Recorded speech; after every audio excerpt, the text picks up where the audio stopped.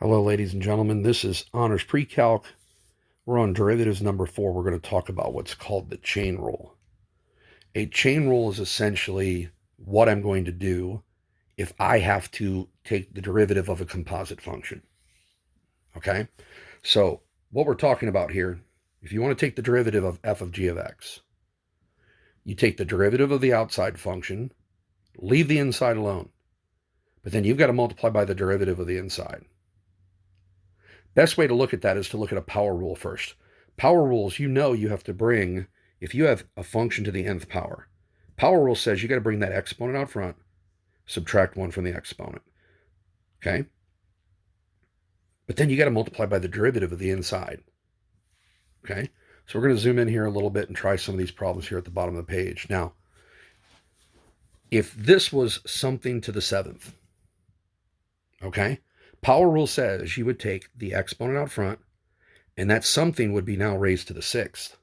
If this was x to the 7th, okay, it would be 7x to the 6th. But now I don't just have a simple base. The base, x squared plus 3, has its own derivative. You have to multiply by its derivative when you're done. Okay? So think of the 7 as being your f of x. Think of the x squared plus 3 as being your g of x. Okay? So what we're going to do is we're going to take 7x squared plus 6 plus 3 to the 6th, multiply by 2x. You can't distribute the 7 because of the exponent, but you can certainly multiply the 2x and the 7. It gives me 14x times x squared plus 3 to the 6th. This is the chain rule. Now, sorry about the splotches here again, but this is essentially sine of x to the 5th. Sine of x to the 5th, that's a composite function. It's something to the 5th power. Now, how do you take the derivative of something to the 5th power? You bring the 5 out front, and that something is now raised to the 4th. Okay? But what is the derivative of sine? You have to multiply by its derivative, cosine. So the 5, something to the 4th, that's the power rule. And then the derivative of sine would be cosine. There's my derivative. It's the same thing here if I have secant of x to the 8th. We read this as secant to the 8th of x, but this is secant of x all raised to the 8th. That's a composite function. Now, how do I take the derivative of something to a power? I bring the power up front. I subtract 1 from the exponent. But wait a minute. I've got to multiply by the derivative of the inside. What's the derivative of the inside? The derivative of secant is secant tangent. Now, secant to the 7th times another secant is secant to the 8th. So here's my simplified derivative. It's 8 secant of x to the 8th times tangent of x. And again, if I'm losing you here, you guys know you can pause it. You can always contact me, okay? Send me a text, send me an email, request a video chat if you're not understanding these notes. This right here, when you see a radical, that's an exponent. This is the square root of x squared plus 7, but that's the same as x squared plus 7 to the 1/2. So we're going to do a power rule on that 1/2. We're going to bring that 1/2 out front, and I'm going to subtract 1 from the exponent. 1/2 minus 1 is negative 1/2. Now notice I left the inside alone. But what is the derivative of the inside? The derivative of x squared is 2x, and the derivative of the 7, it's a constant, so the derivative is 0. Now that 1/2 would cancel with that 2 over here on the 2x, so I'm left with an x. I put that x on the top. Now why did I put this on the bottom? I have a negative exponent. So if you have a negative exponent, you throw it on the bottom and you change the sign on the exponent. So I get x over radical x squared plus 7. Again, this is called the chain rule. Now, it's always easiest, if it's possible, to write a function as something to a power. That 2 on the top I'm going to leave alone, but this x cubed plus 1 to the 4th on the bottom, if I threw that back on the top, it would be x cubed plus 1 to the negative 4. So that's a power rule. Bring the negative 4 out front times the 2, you get negative 8. Subtract 1 from negative 4, you get negative 5. That's my power rule. Notice I left the inside alone. What's the derivative of the inside? The derivative of x cubed is 3x squared. What's the derivative of 1? 0. Negative 8 times 3x squared is negative 24x squared. That negative 5, my exponent, I threw it on the bottom and I changed the sign. Okay? Now, I could have also done a quotient rule here, but it was much simpler to write it as a power, and you can, or a negative power, you can do that and just use a power rule. Okay. So hopefully that all makes sense on that first page.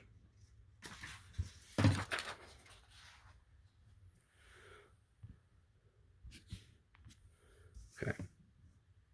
So let's take a look at this problem here. It says find the derivative of that function. Okay. This is x cubed minus 4x to the 1/2. So again, I have a composite function. What is the derivative of something to the 1/2? You bring the 1/2 out front. You subtract 1 from the exponent. Notice I left the inside alone again. But what's this? I multiplied by the derivative of the inside.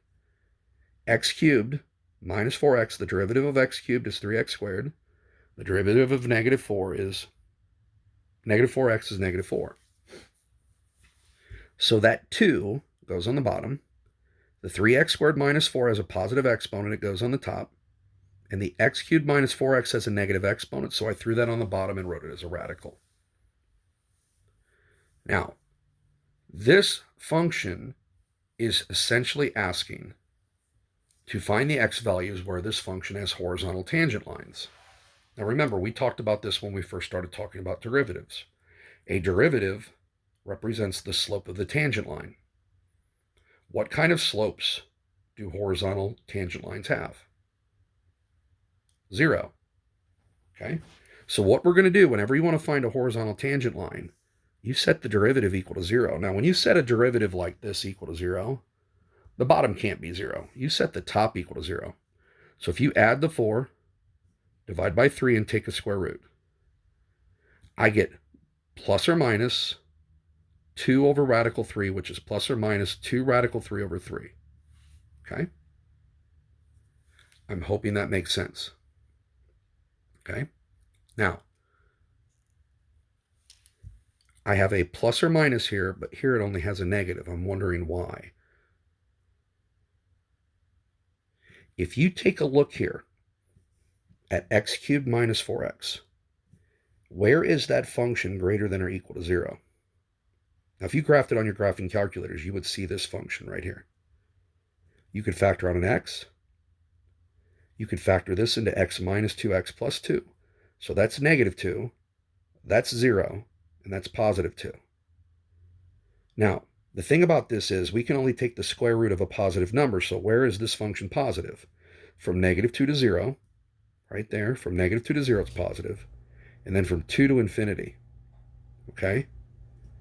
I'm hoping that makes sense. We talked about how to do polynomial inequalities at the first part of the year. Now, because of this, negative 2 to 0, if my function, or if my answers fall within there, I can use it as an answer. This number right here is between negative 2 and 0. Negative 2 radical 3 over 3, okay, is between negative 2 and 0. Now, positive 2 radical 3 over 3 is here. It makes the function negative. It is not in the domain of that function that I originally started out with. That's why I threw out the positive 2 radical 3 over 3. The only answer here, there is a horizontal tangent line at negative 2 radical 3 over 3, because the positive 2 radical 3 over 3 did not satisfy the domain of my original function. Now, again, derivatives are slopes. So how do I find the slope of a tangent line when x equals 3? See the derivative we found here? That derivative that I found there, all I have to do is plug in the 3. So plug 3 in for x, plug 3 in for x. On the top, I get 23. On the bottom, I get 2 radical 15. Simplify my radical. It's 23 radical 15 over 30. That's the slope of the tangent line. Now, I know in some of your assignments, it's going to ask for the equation of a tangent line. That's the slope of the tangent line. How do I write the equation of a tangent line? Well, first of all, I've got x equals 3. Okay. So over here, it's x minus 3. My slope goes here, 23 radical 15 over 30. Now, where did I get the radical 15? Plug the 3 back into the original function. You're going to get radical 15. There's the equation of my tangent line in point slope form. Okay. Now, what is the slope of the tangent line for the function when x equals 1? Well, remember up here, x equals 1 is not in the domain. Okay? You'll find out real quickly here, it's not defined. If you plug in 1 to the top, you're going to get a number. But if you plug 1 in the bottom, you get the square root of a negative. It doesn't have a slope there because the function doesn't exist there. Okay?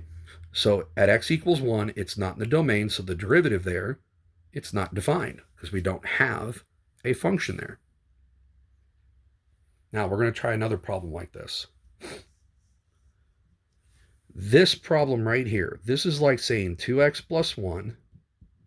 Because it's a cube root, it would be a 3 on the bottom of the fraction, and because it's squared, it would be 2 on the top of the fraction. This is 2x plus 1 to the 2/3 power. Now, how do I find its derivative? I bring the 2/3 out front. I subtract 1 from the exponent. So it's 2/3 times that function raised to the negative 1/3. Now remember, the inside, you have to figure out its derivative. The derivative of 2x is 2. The derivative of 1 is 0. So that 2 times that 2 is the 4 on the top. This 3 goes on the bottom, and because of that negative exponent, the cube root of 2x plus 1 goes on the bottom. Okay? Now, find the x values for which the function has a horizontal tangent line. Well, horizontal tangent line, horizontal means slope of 0. Set the derivative equal to 0. Well, the bottom can't be 0. Okay? If the bottom equals 0, those are vertical tangent lines. Set the top equal to 0, but 4 can't equal 0 here. There are no horizontal tangent lines for this function.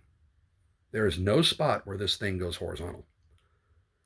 What is the slope of the tangent line at x equals 13? We'll plug in 13 right here. 2 times 13 is 27, plus 1 is 20. 2 times 13 is 26, plus 1 is 27. Cube root of 27 is 3. 3 times 3? 9. It's 4/9. So how do you write the equation of the tangent line? All you have to do is x minus the x value times the slope I just found, 4/9. And how did I find the 9? I just plugged 13 back into the original function. 2 times 13, 26, plus 1, 27. Cube root of 27 is 3. 3 squared is 9. There's the equation for my tangent line. Okay? I hope all of this is making sense. So we're throwing a few new ideas at you guys here. All right, we're going to throw some practice problems at you here. So this first problem here, I honestly would rewrite this as a power. This is -9 times 4x plus 3 to the -2. I really think that's going to be easier to deal with than doing a quotient rule. Bring that -2 out front times -9, that would be -18. Leave the inside alone. Subtract 1 from the exponent. What's the derivative of the inside? It's 4. Now that function to the -3, I'm going to put that on the bottom, make it the function to the third. And what's 4 times 18? That's the 72 on the top. That is the derivative of that function at any value of x. So if I gave you a value of x, you could plug it in. You could find the slope of the tangent line. You could also find the x and y values and write the equation of a tangent line if we really needed you to. Now, this problem's a little more difficult. This is x cubed times x minus 1 minus x squared to the 1/2. I wrote that in green. I wrote this in blue. I hope you can see that in the video. Okay? This is a product rule. So what am I going to do to find the derivative of this? I'm going to take the derivative of the first part, which is a power rule, 3x squared, times the second function. Plus, first function is x cubed. Now, when I take the derivative of the blue here, I've got to bring the 1/2 out front, leave the inside alone, subtract 1 from the exponent. Then I have to multiply by the derivative of the inside, 0 minus 2x. So that's where the -2x came from. Now, when I'm simplifying this, okay, I would have a 3x squared times radical 1 minus x squared. Over here, there's the minus sign. X cubed times that x gives me x to the 4th. The 2 and the 1/2 will cancel. The negative exponent, I threw that on the bottom. Look at everything in the red. That's the second step. Now, you will see when we get into calculus, it's important to be able to combine this into one fraction. If you're doing your homework and you entered the red in your computer, it would probably accept that. I guarantee it would accept it. Now, what am I doing in the blue here? I'm giving this thing common denominators.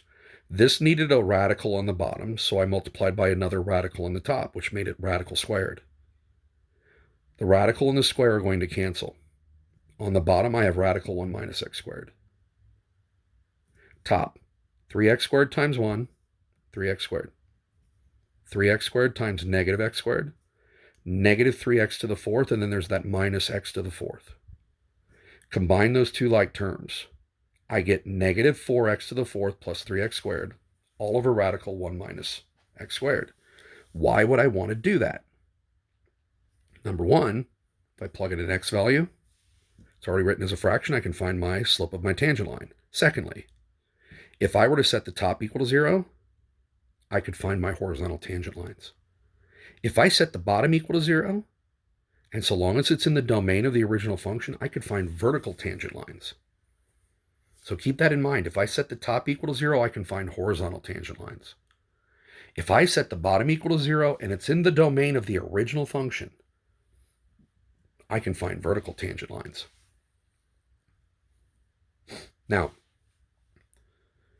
since we did a product rule in the previous problem, we're going to do a quotient rule in this one. I could actually write this as a product and do it as a product rule if I wanted to. But let's see how this works. Okay? I take the derivative of the top, which is 2x, times the bottom.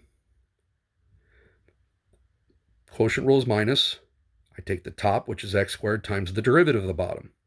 What is the derivative of the bottom? I bring the 1/2 out front. Keep the function the same. Subtract 1 from the exponent. And then what's the derivative of the x to the 8th? It's 8x to the 7th. What's the derivative of 9? 0. All over, if I square the bottom, the radical disappears and I get x to the 8th plus 9. Now, in the next step, I only want you to look at the purple. 2x, x to the 8th plus 9 under a radical. Over here, the 1/2 of 8 is the 4. The x squared times the x to the 7th is x to the 9th. I have a negative exponent, so I threw that on the bottom under the radical. All over bottom squared. Take a look at the purple. If you entered that in your computer, if it didn't say to completely simplify, you should get away with that. But here's the thing. If I need to simplify this and write this as one fraction, I need common denominators on the top. That has a radical. So here in the green, I multiplied by the radical top and bottom. So I get radical x to the 8th plus 9. And on the top, if I multiply by another radical, the radical and the square cancel. I get 2x times 8x plus 9. So I distributed. Got 2x to the 9th plus 18x. Here's the minus 4x to the 9th from the second fraction. On the bottom of that, I'd get the radical. And remember, this bottom would go on the bottom of the top. So I'd have this radical times that. Combine like terms on the top, I get negative 2x to the 9th plus 18x. The bottom, this is that function to the first. This is that function to the 1/2. I added their exponents. 1/2 plus 1, 3/2. That, ladies and gentlemen, is the derivative of this function. It represents the slope of a tangent line at any value of x. Now, this next problem's kind of crazy. I wrote this as the top to the second power and the bottom to the second power. I think this is the easier way to do it. It's not the only way, but it illustrates our chain rule. Okay? The derivative of the top, we're going to need a chain rule. Look at the red. This would be bring the 2 out front. Function, subtract 1 from the exponent. And what's the derivative of the function? It's 2. So everything in the red there, and that's a 2 out front, everything in the red there is the derivative of the top. And I've got to multiply by the bottom. Minus top in the red. The derivative of the bottom, you would bring the 2 out front, function to the first, times the derivative of the inside, all over bottom squared. And if you take x squared plus 4 to the second and you square it, you get x squared plus 4 to the fourth. Now, this will make my life easier. There is an x squared plus 4 to the second, x squared plus 4 to the fourth, x squared plus 4 to the first. I can cancel one of those functions out of all of those. This one's gone. This one, if I cancel an x squared plus 4, it's now to the first. This one, if I cancel an x squared plus 4, it's to the third. So watch. 2 times 2 is 4. There's the 2x plus 3. There's the x squared plus 4.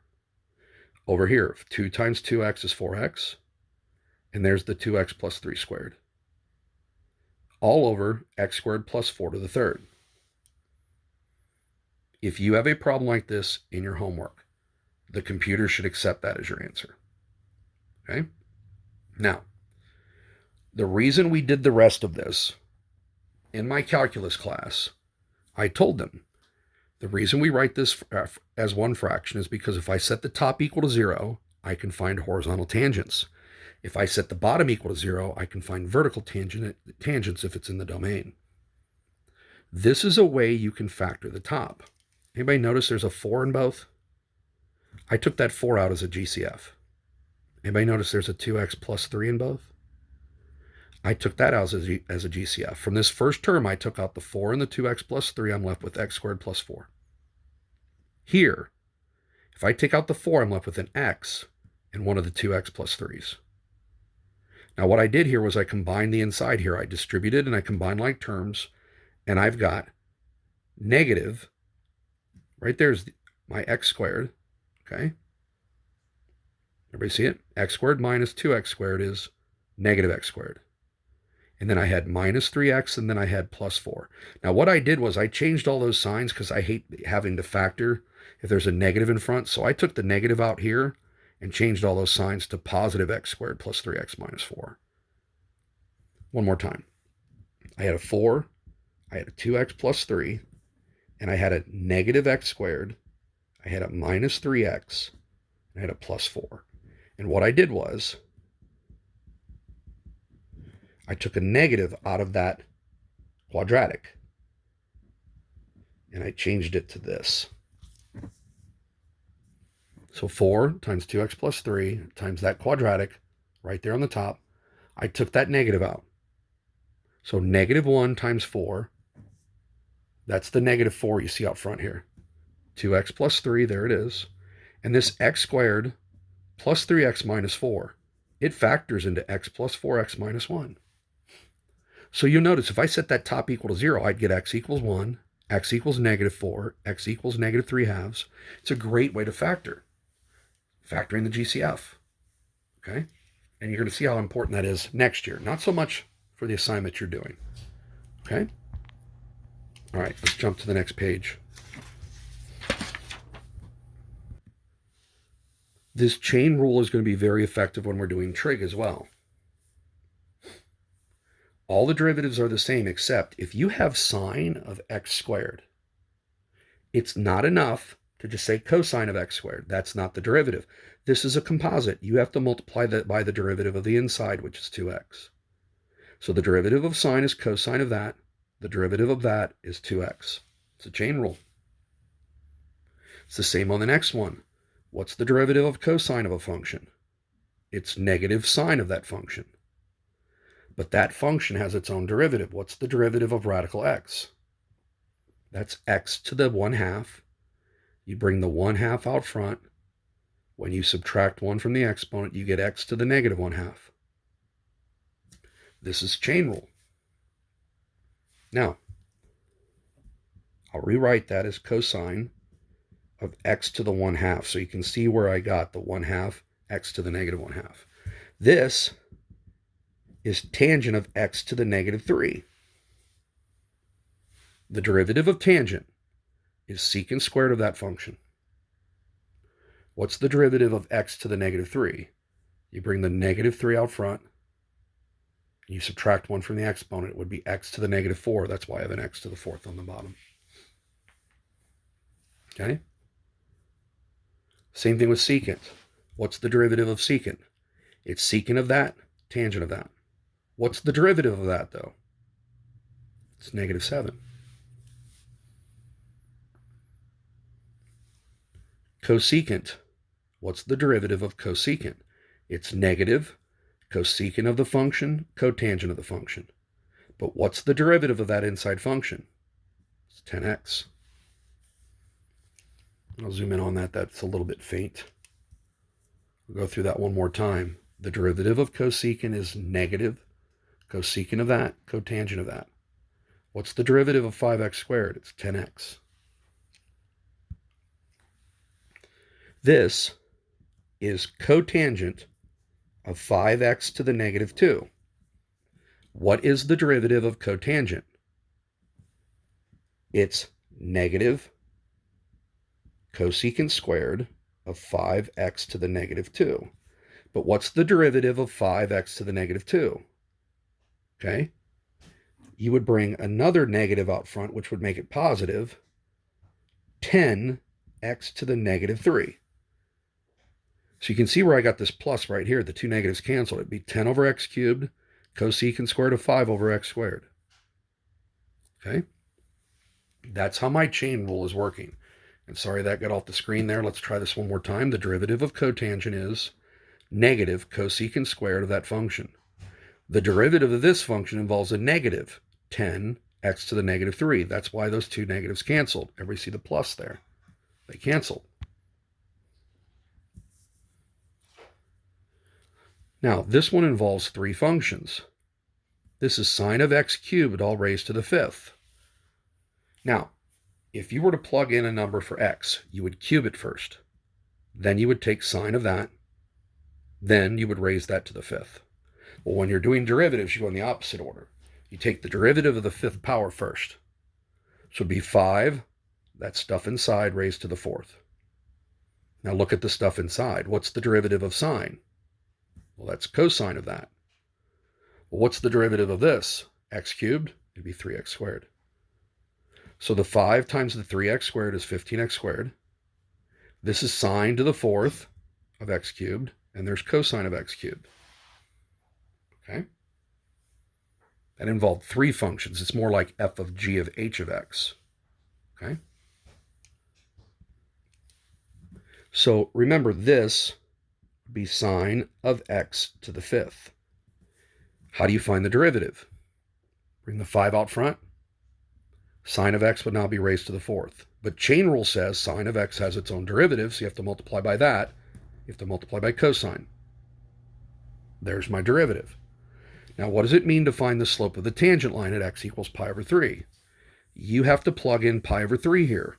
You have to take sine of pi over 3 and raise that to the fourth, cosine of pi over 3, and then multiply it by 5. Well, what's sine of pi over 3? It's radical 3 over 2. What's cosine of pi over 3? It's 1/2. Now, you have calculators, so you could multiply this out, and you would get 45 over 32. Okay? That's the slope. I'm given the x value, and I have the slope. So how do I write the equation of the tangent line? I need the y value. The original function is sine of x to the fifth. What do we say sine of x was? What's sine of pi over 3? Sine of pi over 3 is radical 3 over 2. Raise that to the fifth. Okay? If you take radical 3 over 2 and raise that to the fifth, you get 9 radical 3 over 32. That's my y value. So y minus the y value equals the slope I found times x minus the x value. There's the equation of my tangent line.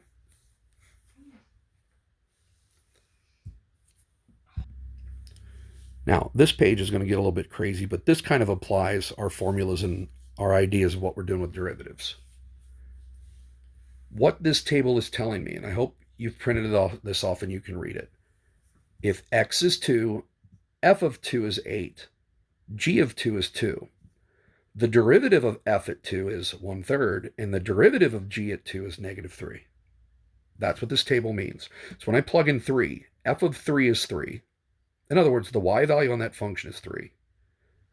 At x equals 3, the y value on g of x is negative 4. F prime of 3, the derivative, in other words, the slope of that function at x equals 3 is 2 pi.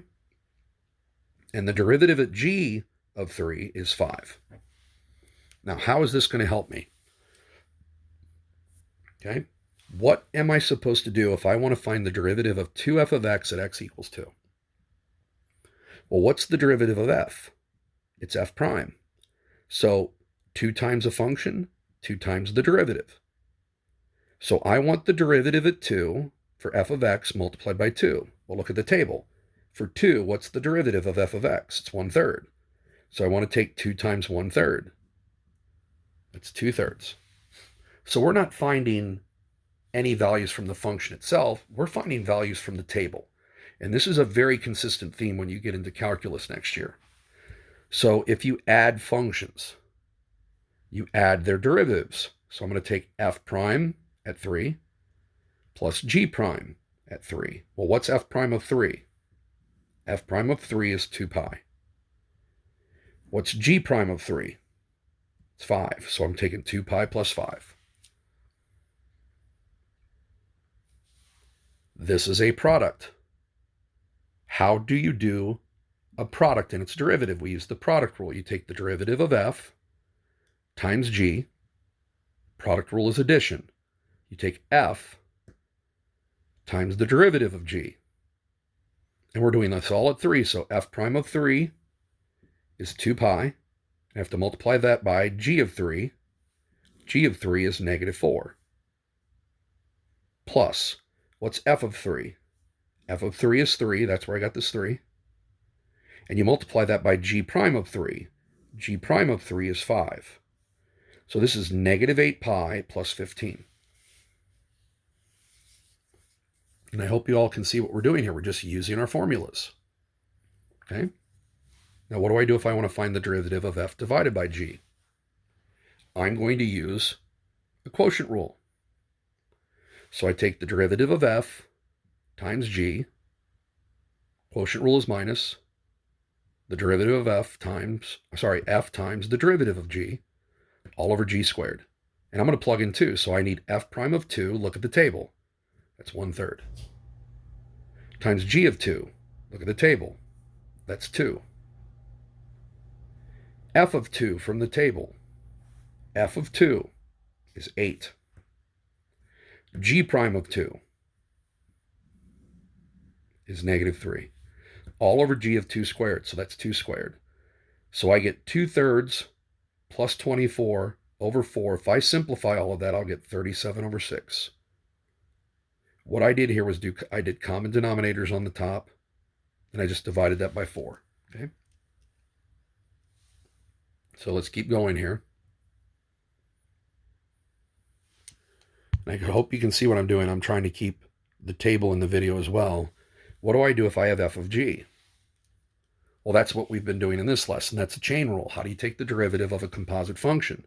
You take the derivative of f of g of x times g prime of x.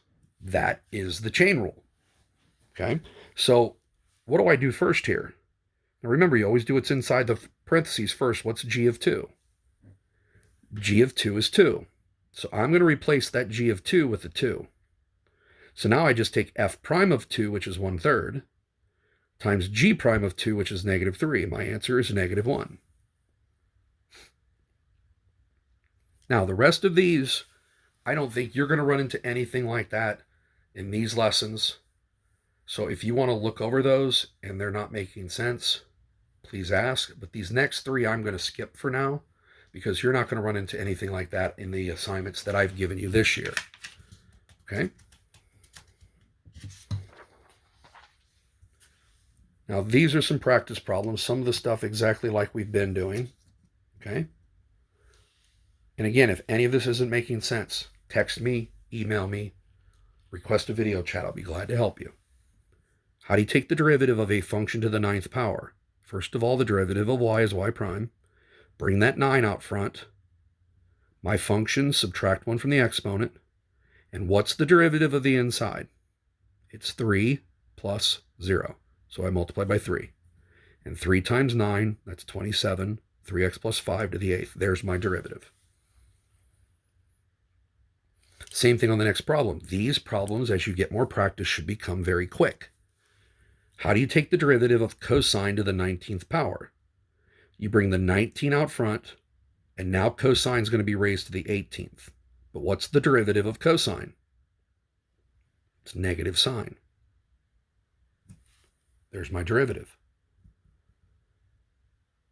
This is negative 3 minus 9x to the 1/2. You bring the 1/2 out front, leave the function alone, subtract 1 from the exponent. What's the derivative of the inside? 0 minus 9. So I'm multiplying by negative 9. There's a multiplication symbol there. So the negative 9 is on the top. The 2 is on the bottom. And because of the negative exponent, that radical is on the bottom. And that's a 9x right there. Tangent of a function. What's the derivative of tangent of a function? It's secant squared of that function. Now, what's the derivative of this function? I do a power rule. Bring the 3 out front. 3 times 4 is 12. Subtract 1 from the exponent. Every single one of those problems involved a chain rule, either with a straightforward exponent, trig on the inside, trig on the outside, fractional exponents. You've got to be able to do all of it. Okay? Now, I'm going to have to zoom out on this next problem because I've got to be able to see the whole table. And hopefully you can read my handwriting in the video. How do I find h prime of 2? Well, h is f of g of x, so this is a composite. I have to take f prime of g times g prime. And since I want the value at 2, I've got to plug in 2's. Well, what's g of 2 from the table? G of 2 is 4. So notice I replaced that g of 2 right there with a 4. Now, what's f prime of 4? F prime at 4 is negative 7. What's g prime of 2? G prime of 2 is 1/7. So I'm taking negative 1 times 1/7. That's how I got the negative 1. Now, p prime, p is g of f. So I switched the functions around. So this time it's g prime of f, but then I have to multiply by the derivative of f. And the x values are going to be 1. Now, what do I do here again? I do the inside function first. What's f of 1? F of 1 is 3. So notice right there, f of 1, I replaced it with a 3. What's g prime of 3?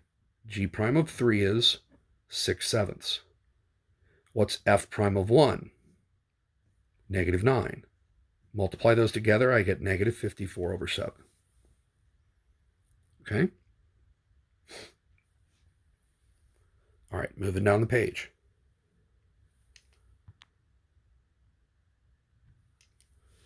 This function, if you plugged in an x value, you would multiply it by 6. Then you would take cosine of that. Then you would take sine of that. Then you would raise it to the 8th. Now, you heard the order of my functions. When you're taking the derivatives, you would go in the reverse order. Okay? You would take the derivative of the 8th power first. So I'd bring the 8 out front, and that whole thing on the inside would be raised to the 7th. Now, what do I take the derivative of next? I work my way in outside in. So I take the derivative of sine, which is cosine of that inside. Now look at this inside. What's the derivative of cosine? It's negative sine of that. What's the derivative of that? 6x. It's 6. This involves 4 functions in a composite. Now, this gets really ugly because I've got a 6 and a negative and an 8. That's where the negative 48 came from. The sine is raised to the 7th of the cosine of 6x. Here's cosine of 6x, and there's sine of 6x. That's one ugly derivative. One more. Again, tell me if this makes sense or not. This is a composite. I can do a chain rule. So I bring the 3 out front. My function, I subtract 1 from the exponent. But now I have to take the derivative of the inside, which is a quotient. So in the green here, you see me do a quotient rule. The derivative of the top is 6 times the bottom minus top times the derivative of the bottom, which is 5, all over bottom squared. Now, if you simplify here, there's the 3. 6x to the second is 36x squared. On the top, there's 30x. Distribute the 6, it'd be plus 6 minus 30x right there. And the bottom would be 5x plus 1 squared times 5x plus 1 squared. That's why it's 5x plus 1 to the fourth. Those 30x's cancel. So I have 6 times 3 times 36, which is 648x squared, all over 5x plus 1 to the fourth. If you have questions about the chain rule, you'll notice we're involving chain rule with trig. We're involving chain rule with product rule, quotient rule. We're involving it with power rules, fractional exponents, everything. If you have questions about this, you have to email me, text me, shoot me a message that you want a video chat. I can help explain it to you. I hope all of you are well. All of you are safe. Miss everybody. Hermdog out.